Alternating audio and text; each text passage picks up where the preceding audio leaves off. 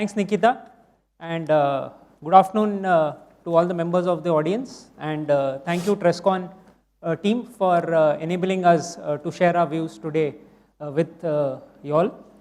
Warm welcome to all my panelists, right? So the topic of discussion that we have on stage today is leading with data intelligence and automation, right? If you ask me, each of these terms can be a separate panel discussion, but we will try and do justice to it, right? In the short, roughly 40 to 50 minutes that we have on hands, right? I'll just straight away get to the point over here, and I'll start with you, Rishikesh. Yeah. How should organizations go about creating centers of excellence for data analytics, AI, machine learning? Thanks, Raj. Thank you, everyone. And see, if you talk about the COE part, currently with this COE plays a vital role if anybody wants to go on upward in a digital journey and all. So any organization who wants to build a good digital platform and all, they have to be very much in this COE part. I'll just give you one example of this Aditya Birla Group only, because we have our COE in different digital parts, like we have COE of SAP, we have COE for, you can say that IoT, Industry 4.0, then we have COE for some low-code, no-code developments and all, and that helps enormously to the businesses. We have 70-odd businesses in our group, and everybody dependent upon that COE. Whenever it comes to the development part, or you can say that we utilize the same thing, we don't reinvent the wheel. If anything has been implemented to any business, that has been reutilized in their part COE. You did not to depend upon your business IT team. There are the COE, Center of Excellence is there, who takes care of the talent, who takes care of the budget part, because after COVID, you know that the budget is the main constraint. And that is being happening into this. So this is my take of COE part, I can say that, Raj. Thanks, Rishikesh. To the other end of my panel, to Deepak, right? So how should organizations go about creating centers of excellence? So Rajgopal, I'll go one step back and then come to the answer. What we have done in Tata AIG, I'll talk the Tata AIG perspective, because that is what I think the audience will relate, because that's something we've done. We have categorized our objectives into 3 buckets. Going from automation to digitalization to autonomous business, right? So these 3, like it's a journey. So you have to finish the automation, you have to do the digitalization part of it, which is, I put the workflows and the core systems in the automation side, which we also call as the yesterday's category of work. Then the today's category of work, we put it like the digitalization and analytics part of it. And tomorrow category of work is the autonomous capabilities that the organization will build, right? That is where the AI ML comes in, the emerging technologies come in. Now to enable that, how does the organization organize itself, right? Sometimes what happens is the urgent takes the priority and the important gets left behind. So what we said was that we don't want to get into this catch-22 situation, and we need to create parallel capacities and competencies and excellence centers for each of these categories separately, and giving them the right impetus and importance that it needs. So we created multiple centers of excellence around technology and domain, right? So like the innovation team or the data science team or the data engineering team, the data stewards that we had, or even the core system. So all these became the centers of excellences for either a technology or a domain. Domain could be a business domain or a technology domain or a emerging technology domain. And we created parallel product teams who would run these across the product lines. So we are into general insurance, you know that motor is a significant part of our business. So we have created a product team for motor, which uses these COEs underneath to deliver everything for motor. Similarly, we have done for health. Similarly, we have done for other lines of business, right? So this is how the organization is structured to take it across automation, digitalization, and autonomous business. Thanks, Deepak, for that. One tends to see parallels in the way we structure applications today in terms of microservices. And on similar lines, you are having COEs who specialize in a particular role with the understanding that what you are going to build, you have to build for the company, right, across all the divisions and channels. Nice to hear that. Same question to you, Puneet, with respect to how should organizations go about creating center of excellences for data and analytics and machine learning, etc. The whole works. Thank you for that question. So for me, the branding of COE is not center of excellence. I call it as a community of executioners. That is my definition, or probably we say that it's our definition, because the strategy is something which has to be aligned with the business. Domain is something where the expertise lies in-house, right? And no amount of any partners or validations would come, but then definitely the SME who run the core business have a big wow and a big say to it.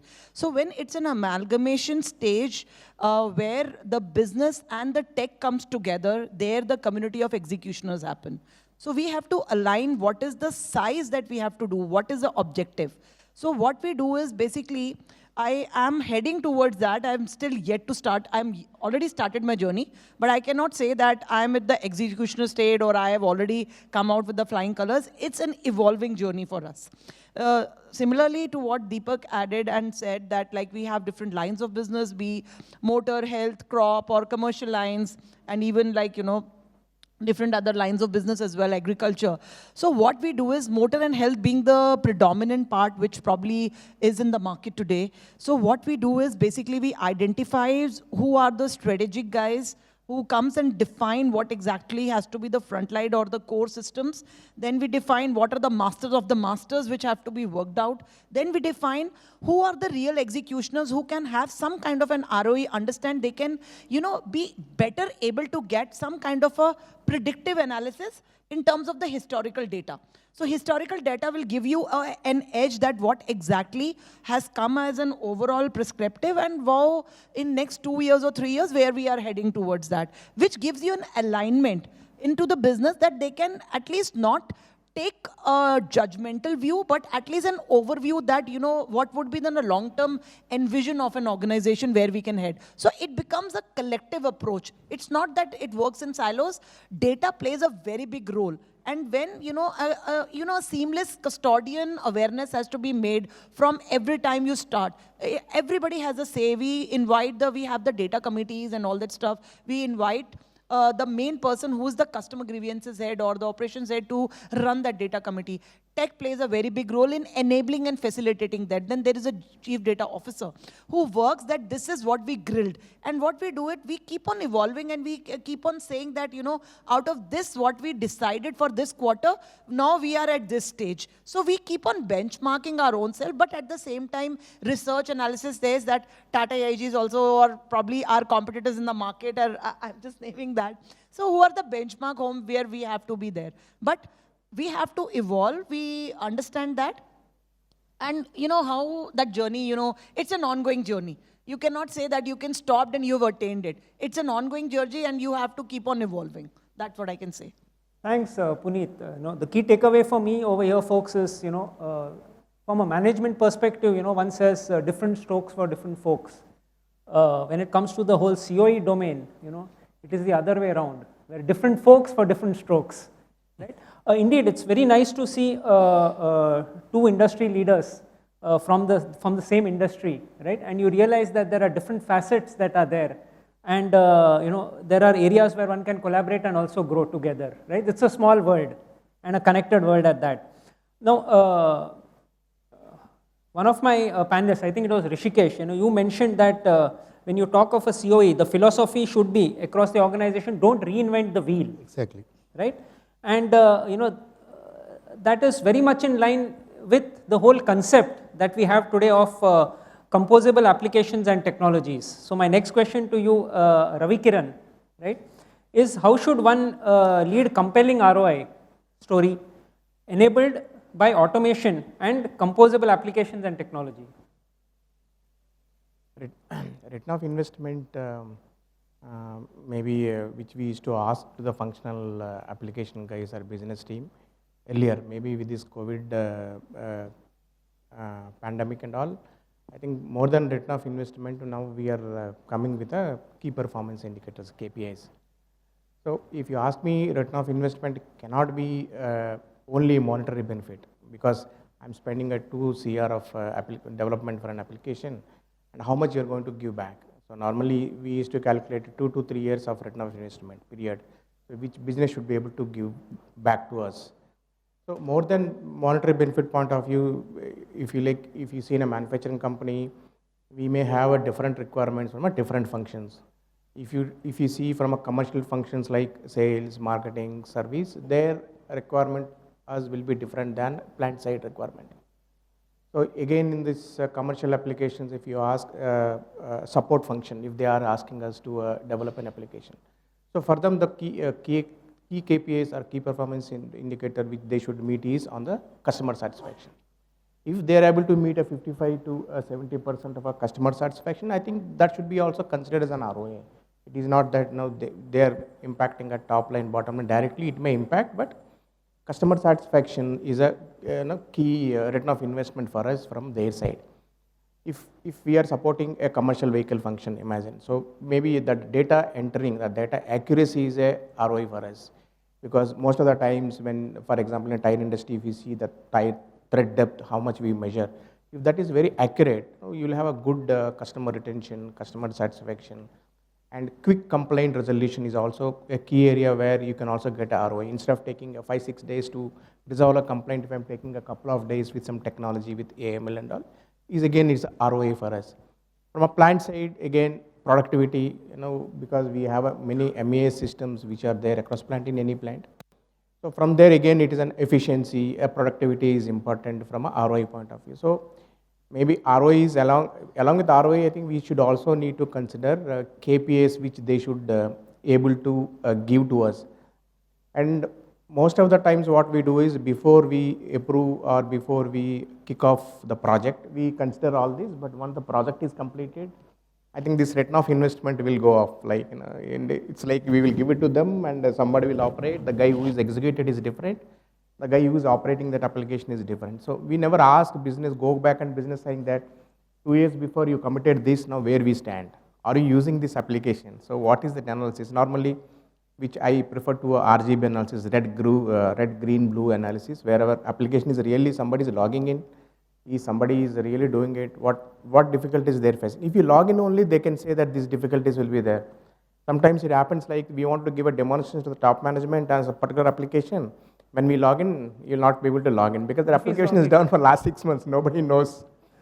So sometimes we will all know, oh, this application is down, nobody using, but we have given a very good picture to the management, say that this will do efficiency, productivity, accuracy and all. So this will be avoided if you really do a sustenance part, where that you ask adoption business by saying that, are you using this application? Once they use application, they can start blaming IT. Oh, IT did not do a good job. UI UX is not good. It is slow. Sometimes it doesn't work. If there's no complaint, means if you ask me, adoption is very low. So that is again a return of investment which we normally don't follow up. So that is a key point which I wanted to say on the ROI and adoption. So, like a true battle-hardened practitioner, yes, right, the real user acceptance testing happens once you go live. Now, that is a fact of the matter that is there. But just a backup question to you, in terms of, see, in this day and age of everything as a service, pay as you go, pay as you grow, right? Do you see any metrics with respect to ROI changing? See, earlier when you had to do a capex investment, you had a 3-year, a 5-year life cycle. But today you can use it and lose it. So do you see any changes over there? There is a difference between pay as per use or you develop on premises or cloud.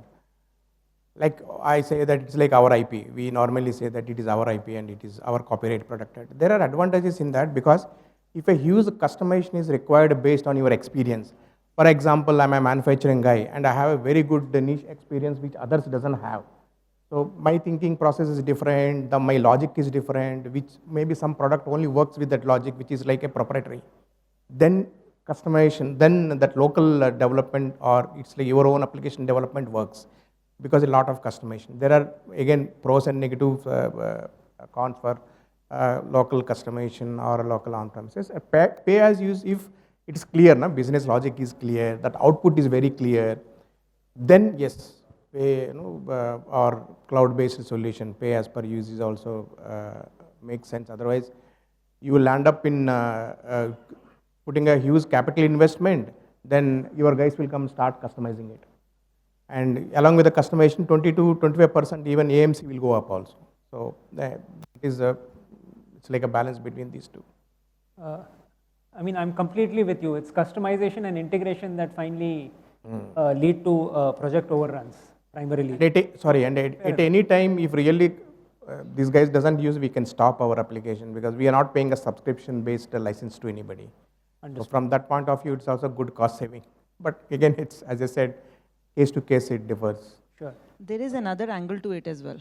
So when you talk about today's world, people say that go-to-market has to be very strong, right? And the traditional way of on-premise model and towards a hybrid model, unless you are not having that kind of a comfort level, pay as you grow, what would be your workloads counts? At times CIOs, exhaust what is their overall OpEx budget for the entire year within first quarter itself. So that has to be analyzed in a proper way. Whatever goes in terms of, I think so the nimble approach, it's not that cloud first approach. Cloud first approach really is good. Mobility approach is very good because it's the wave the market is going. But everybody from a tech perspective, you have to understand how exactly you are evolved. And you need to understand what your tight budgets are, how OpEx subscription-based licenses are working. Your basically the complete customization or a vanilla implementation is more acceptability. Because if you give them, you ask your users, they will want the universe always, right? But if you give them the stars and moons, at least you can get benefited there. At least small, nimble approach, nimble pilots definitely make a lot of difference. That's what I said that, because there are certain experience, and I have recently come up with, there is a very big IBM book which came recently on the evolving roadmap for the CIOs to grow. And top 100 CIOs of the globe have given their perspective with regard to all cloud OpEx budget getting exhausted within a stipulated period of time. So it's a very good book, one must read that. Very big learning. I'm sure Siddesh will hand over us a copy of that. Absolutely. Puneet, what you said is very right. One of the biggest transformations one sees from a CIO point of view is that when you move from CapEx to cloud, one of the first things that you need to start monitoring is the daily cost. I'm completely with you on that. Over to you, Siddesh, while I'm sure you'll get us a copy of the book. How should one lead from a compelling ROI, with respect to composable applications and technology? Amongst the panel, you are one of the leaders who has an opportunity to work across industries, be it services, be it product-centric. Yeah, over to you. Thanks, Raj. So if I take on from where Deepak started off, the evolution of automation has been from a siloed approach to an approach which is become a little more digitized, a little more analytics coupled to an autonomous piece. And it's been an evolution that's been happening in the industry. It's moving from a siloed approach on silos that I automate to how do I bring this enterprise-wide. It's evolving from only structured approach to an unstructured data as well as processes kind of scenario.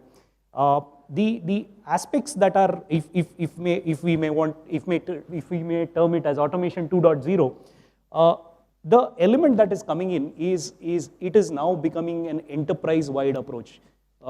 So there can be no automation without integration is the direction we are now getting into. So that's the. Now, if I broadly classify this into broad areas, I would classify it into two broad areas. One, or I would rather put it as three now, the way the industry is evolving. The first one is around automation around the processes, which has been there. It's evolving in a much stronger way. There is AI-enabled automation that comes in.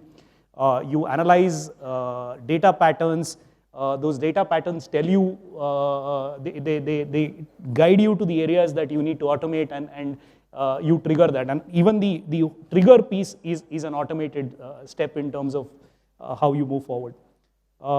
The other area, which is again an important area, and both these are now slowly merging, is the AI ops, which is about how do I make my entire application environment absolutely seamless. So three areas around the AI ops side. One is the predictive AI ops, which is around how do I do the RCA, how do I do incident management, incident diagnosis and resolution piece, the whole gamut of it. If I were to give you an example, we do this at a scale which is absolutely unprecedented. For a telecom giant, we talk about 100 million events plus a day of events that we monitor and do diagnosis and resolve on. So that's the scale we talk about when we talk some of these elements of automation. The other element is around observability, and this has been there, it's just that it is evolving now a lot beyond what it used to be. It is about deep tracing, which is end-to-end. It is now evolved to a level where you get down to a code level and your ability to track memory leaks and code issues that exist. So observability is now moving on to the next level. The third element, which is now taking us beyond the APM piece, the application monitoring piece, which was only observability, you are now getting to something called as application resource management. And the piece Puneet alluded to, the bill shocks, your OPEX bill getting consumed in a month, that is exactly what you're able to handle. The application resource management piece is about how do I tackle application issues real time. If you're running out of cache, how do I get you the cache you required? And this is something that we've started working with large enterprise clients. So an offering called Turbonomics from IBM, where we talk about how do I manage resources from an on-premise environment to a hyperscaler environment, a VM environment to a container environment across the board. One of the approaches, and again alluding back to Puneet's point that she made, these bill shocks, typically you see people who moving on to hyperscalers move into a reserved instance approach. How do I manage that reserved instance? How do I ensure that I'm staying within that reserved instance, using it optimally, resizing that reserved instance, and making sure I don't get hit with bill shocks as I go by? So those are kind of things we've started doing. So automation is now going beyond the typical BPM or RPA. It's much beyond that. It's the 2.0, like Deepak pointed out, is evolving towards an autonomous journey. So thanks, Siddesh. In fact, whatever you covered, okay, was the story one hears with respect to data discovery and automated classification using AI, right? And security using AI. You know, I would recommend to the audience to look at two booths: the IBM booth and there was one more security operations booth. I forget the name, Black Ops or something like that, right? So. Awesome. So let me stick with you on the next question in the area of, you know, why are data fabrics important for a flexible and resilient integration of data across platforms and business users, right? You did cover some aspects of that earlier. And how should an organization go about building and delivering the same? So when you look at today's organization, the challenges a CIO faces, and I'm sure the CIOs out here will align to that. You have diverse data, different platforms, you have different structures that come in, you have on-premise, you have multiple hyperscalers. It's a fairly complex environment. Now your ability to go have all of this harnessed is the biggest challenge that every CIO has today on the table. Almost 80% of the operations data is not harnessed. Is what we see with most large enterprises. Now, what a data fabric as a technology, and it's been there for a while now. It's just that the technology is evolving in a much stronger fashion now, and it's getting implemented on the ground, and you see it live in production environments. Now, a data fabric is a technology that lets you connect the data endpoints. It's augmentation of technologies like automation, integration, federated governance, elements of metadata being enabled across all elements. So what you're actually doing is you're creating a fabric across your data set where without moving data, you have the ability to analyze that data. And let me give you an example. We did this for a large bank who had an EDW, and that EDW was growing out of size. Almost 60% of their queries were ad hoc queries. And they struggle every time there is an ad hoc query, they would pick up that data, bring it here. By the time you bring it here, it's 7 days old, it's stale, and you redo that whole thing all over again. And your time to response on those ad hoc queries becomes very, very difficult. So an ability to put a data fabric, so the EDW is not to go away. It's not that I'm swinging the pendulum from one end to the other. The EDW stays, it does your speed analytics that you need, for your MIS that you need. But how do I handle the ad hoc elements that come in across 20, 30 silos that I have, and those silos could be on the hyperscalers as well. A data fabric is what lets you do that very, very seamlessly. And this is something which has now become a reality for most organizations. Not just the ad hoc queries, data engineering. If I want to try out something new, not all of it is on my data warehouse environment. How do I try out new things? How do I create a data fabric that really gives me an ability to do it across the board? So the data engineering aspects of it is what it addresses as well. Let me add to that from a business point of view.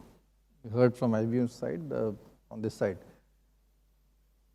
We have been working on things like, initially data marts, then data warehouse, now data lake, data swamp, and so on, and creating something which we have always been working for, single source of information, single version of the truth, okay?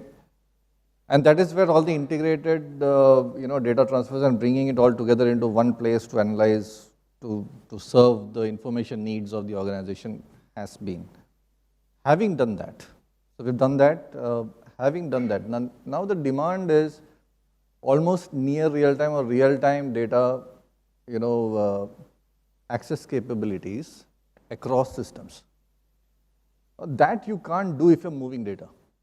Right? If you're moving data from 10 or 20 different sources into a data lake and then trying to analyze that, you may not be able to do that. And that is where I think the concept of data fabric comes in, wherein you don't need to move data to analyze data across systems. And it's been there. I'm not sure how many people have actually successfully done it. And the challenge is the data quality in the systems itself, the metadata quality also, right? So people would have challenges in terms of data definitions, redundant data definitions, redundant data in multiple systems and things like that, having to map all of these things.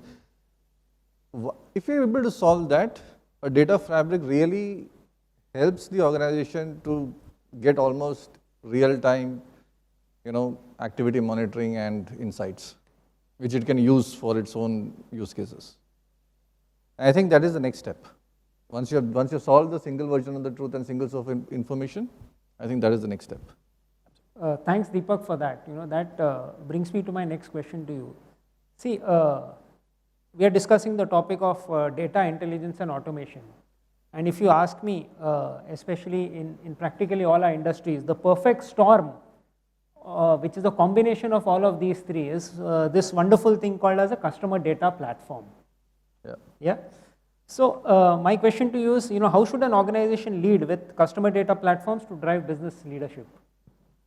I would put it this way: do you know your customer? Right? I'm not saying KYC, right? So having to know the customer with limited touch points that we have. We are in insurance, somebody is in bank, somebody is in another industry. The business touch point is limited. The public information about the customer is also limited. How do I know that customer, right? So one is to say that, can I get my house in order and get the data quality up? Second thing is, can I create a customer golden record? Because many of us have this problem of multiple customer IDs for the same person, right? So can I create that across all the business lines that I have right now? Or maybe you can also, if you're part of the group, like the Tata Neo is an example of creating a golden ID across the group, right? Can we create that and enrich that data? So data quality, understanding the customer or identifying the customer, and the third one is basically enriching the customer data. Putting it all into one place, whether you want to call it the customer data mart or whatever data store you want to call it, and then working on the next thing about how do I use this for my business benefit, which is the use cases, right? So whether it is to give a in-app experience, whether it is to give an omni-channel experience, whether it is to give the customer preferences or the right nudges or right recommendation, right? Bring it into your sales, service, claims for us, for different industrial change, or even underwriting, right? For insurance, for example, when you do underwriting, let's say, just to give an example, you may have 2 cars. One of the cars might be in the red list for me, but that's your secondary car, right? Normally, insurance companies will reject that car. They will not write it, or they will jack up the premium. If I know that that car is sparingly used by you, right, I would actually write it because it's profitable business. So can I do customer level underwriting rather than a object level underwriting, right? So just an example of the use case that we are working on. So how do I bring this entire understanding of the customer and the customer 360 back to business objectives into a use case which can bring back into my product and process? That's very important. So this is the whole story. So thank you, Deepak, for that. Right? You mentioned sales, service, and claims, and you also stated that I wonder if it's relevant for other industries. So I'm pretty sure it's relevant to the tire industry, and especially the claims part of it, right? So Ravi Kiran, how should an organization, what does customer data platform mean to you, and how do you lead with it? In fact, you all have both B2B and B2C avatars of your business. Maybe, as you said, that there are very good sophisticated tools available for us for golden data, which Deepak was telling, and IBM is also having some.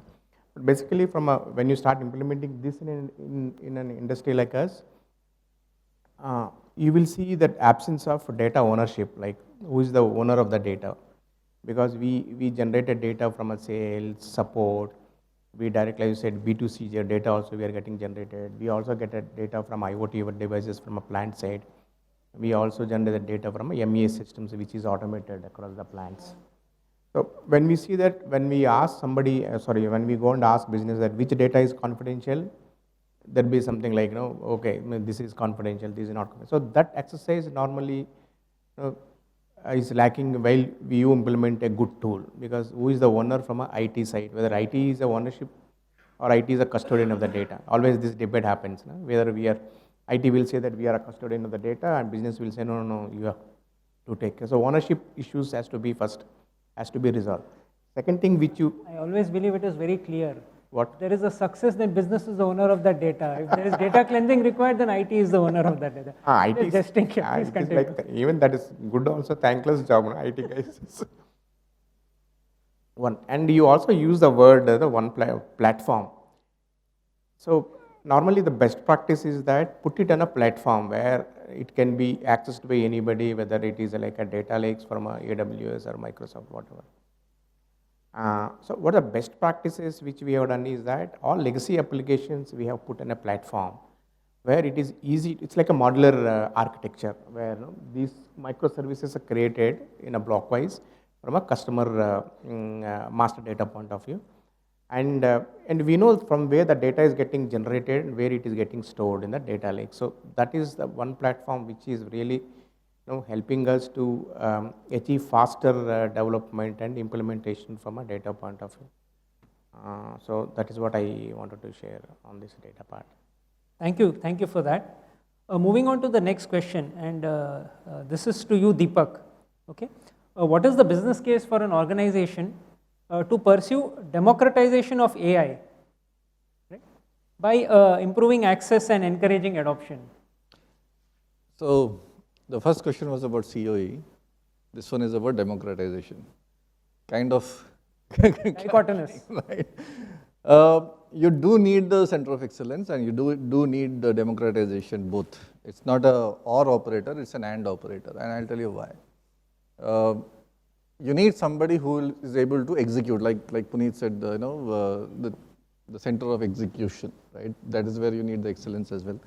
But you also need evangelists everywhere in the organization who would drive that, who would think from the business domain perspective, who would co-create with you, who would take you to the market and do the internal selling, right? They are the drivers of adoption. And that is where democratization is very important. And today, the way we look at earlier, IT would go and talk to business teams, try to do selling of concepts and try to do demand generation. I'm happy to say that, within the organization, the culture has changed that today, all departments are thinking digital first. All departments are thinking of solving a problem with tech, and looking at benchmarking with the best in the world, best in class or category, and trying to figure out what is it that they can do where they can merge the business and technology and then create solutions and deliver and then propagate that within the organization. That to me is the real democratization that is happening right now, and it's a very good thing. Because it kind of takes away these questions about the ROI, CBA, budget and stuff like that. If the business is itself wanting to do things tech-wise, you really don't look at these things, right? Your willingness to fail, your ability to absorb some of these fail-fast things and taking risk goes up. That's why I think that's very important to have this democratized contribution and drive. It may not be democratized usage or not usage, I say creation or execution or per se, but at least from a contribution point of view, ideation point of view, and drive point of view, evangelization point of view, you need that. Thank you. So I think you brought out an important point with respect to democratization of anything with the business user brings in skin into the game. Absolutely. Right? And it opens up a lot of funding and support. Yeah. Right? It's a natural progression for having not IT versus business or business versus IT, but to have a one face of a we fight something called as not my idea syndrome. Right? So in this, when you're part of the creative team, it kind of becomes your own baby, right?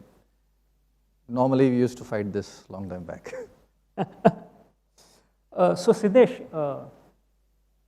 you come from an organization that everybody looks up to from a point of view of center of excellence, right? You all also have a thriving practice of pushing democratization of AI, right, to your customers. Now, so you sit on both sides of the table, yeah? So, what are your views on building a business case for an organization to pursue democratization of AI? So, like Deepak said, it's not an either-or situation. It's ideally both, because you need both depending on the elements of. So, on the democratization side, let me give you an example of one of the large enterprise clients we are working with. It is all about lowering the center of gravity of decision making, and how do I get my data out to the lowest possible level within the organization to make decisions. Now, this is a paints giant that wants to take decisions right at a depot level. They want their marketing campaigns, and mind you, their marketing campaigns are way too complex. The way they run it, scale is massive. How do I run campaigns right at the depot level? The Mumbai depot, the way it runs it will be very different from how the Calcutta depot would run it. Now, providing them that data, that access, and an ability to analyze and come out with decisions that they would take with respect to their sphere of decision, where their sphere of geography they work in, is what the whole democratization process is. But it's not as simple as having that access and giving it to them. How do I, one is create a backbone that lets them use it? How do I bring in the governance elements, the privacy elements, with the data privacy bill around the corner? How do I ensure we covered both from a statutory perspective and the regulatory perspective as well? So those elements, how are they covered, and how do I really execute this on the field is what the real question comes in. And some of the technologies that we spoke of a while ago, the data fabric elements, they definitely come in handy as we get down to really executing on some elements of. So I would say it is a journey. People have just started embarking on some elements of this, and we'll see this evolve over the years a lot more.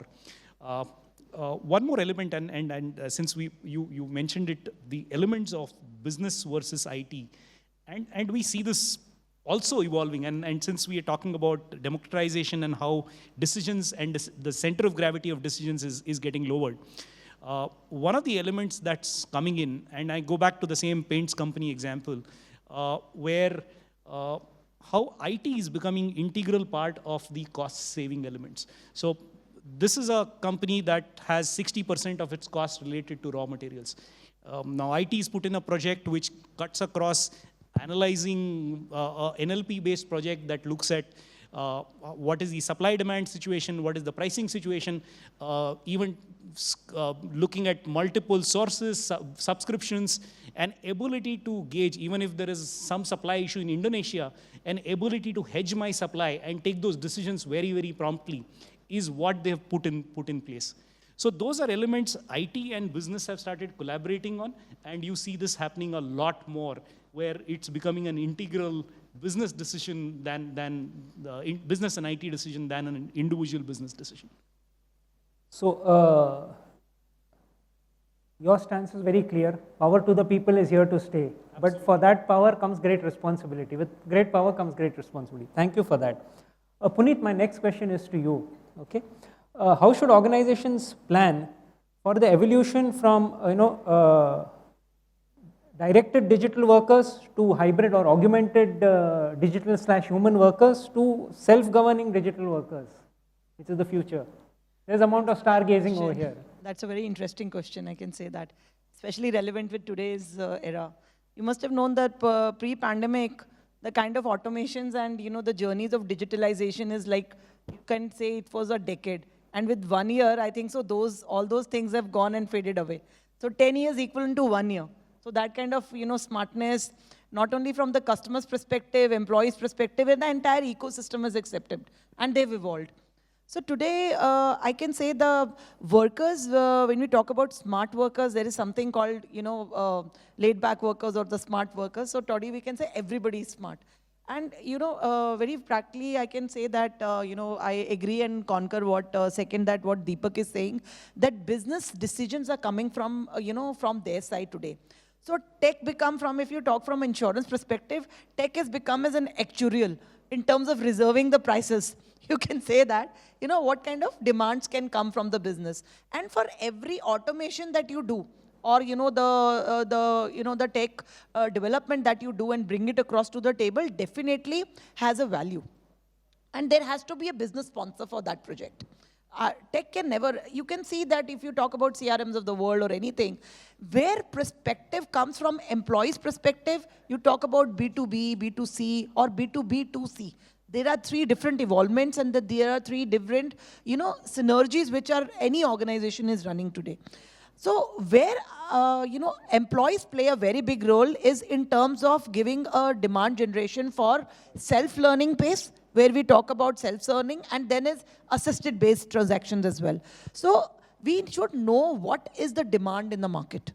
So that kind of, feedback when we get from our sales teams, build out a transaction where everybody is not self-savvy.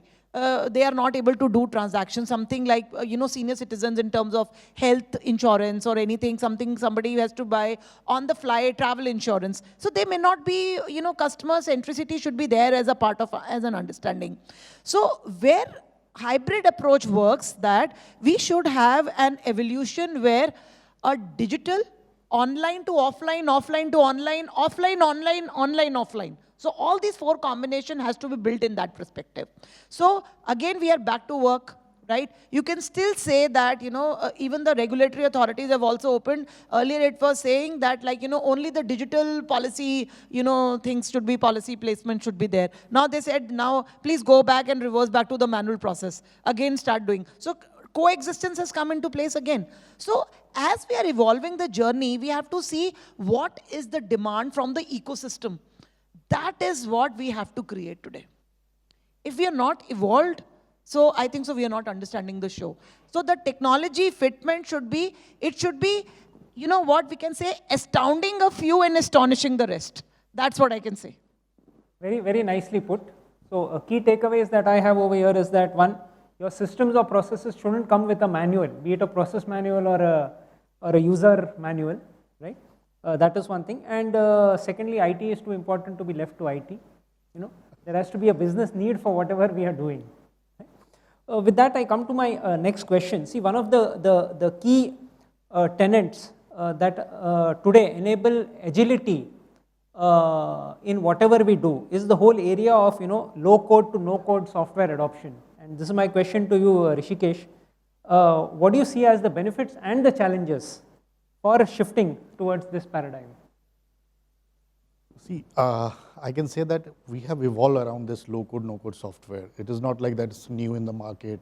We are doing Excels, we are doing pivoting, all that, and we are using that low-code, no-code in that back of the thing. So it's not like that's new, but again, why the requirement of this low-code, no-code is so big currently? Because again, everything revolves around your budget and all. Because the moment you get SAP, Oracle apps and all, still you need some software where you build some customization part of that, workflows and all, where it doesn't fit into the standard software. And if it is fits, then again, you need to compromise with the standard things. So you need something way around where you can build up all these things. It's very easy. You can develop it very fast. You need not to depend upon any so-called technical guys and all. Any of the functional people can start developing with a minimal amount of training and all. So these are the very good benefits I can say. But again, you can't build a bigger software or a bigger frame things in low code, no code. So that's the biggest challenge in that. And that's the reason I think that adaptation is there, but adaptation is a secondary kind of thing, secondary adaptation, or you can say that's a way around adaptation is there for this low code, no code. Understood. Ravi Kiran, the same question to you. Same answer from my side. No code, no code is, it doesn't fit for a complex operation. Exactly. Because a lot of you are building an application for a customer facing function and you need to integrate backend with an Oracle or SAP. Low code, no code. As of now, maybe somebody has to correct me, but it is not fit. Maybe it's simple like workflows, how Rishikesh said that I joined in a company, I want to do a mobile reimbursement, or I want to apply for a car, I want to apply for some small this thing as a workflows. Maybe there it is, because it works on the block side, it's a block code. So it may not be good for a complex, but internal small workflows, because sometimes business comes to us, can you do a small application or a workflow for us? We'll look at a big picture. We don't have manpower, budget, timelines, priority, and Enterprise architecture. enterprise architecture, data lakes, and whatever jargons which we use. So in that case, maybe within a short span of time, we can quickly build. For that, it works. But backend integration is not so easy as of now. Maybe it has to evolve, as you said.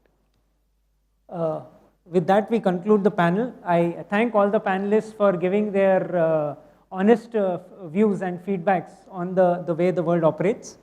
Thank you very much, and back to you, Nikita.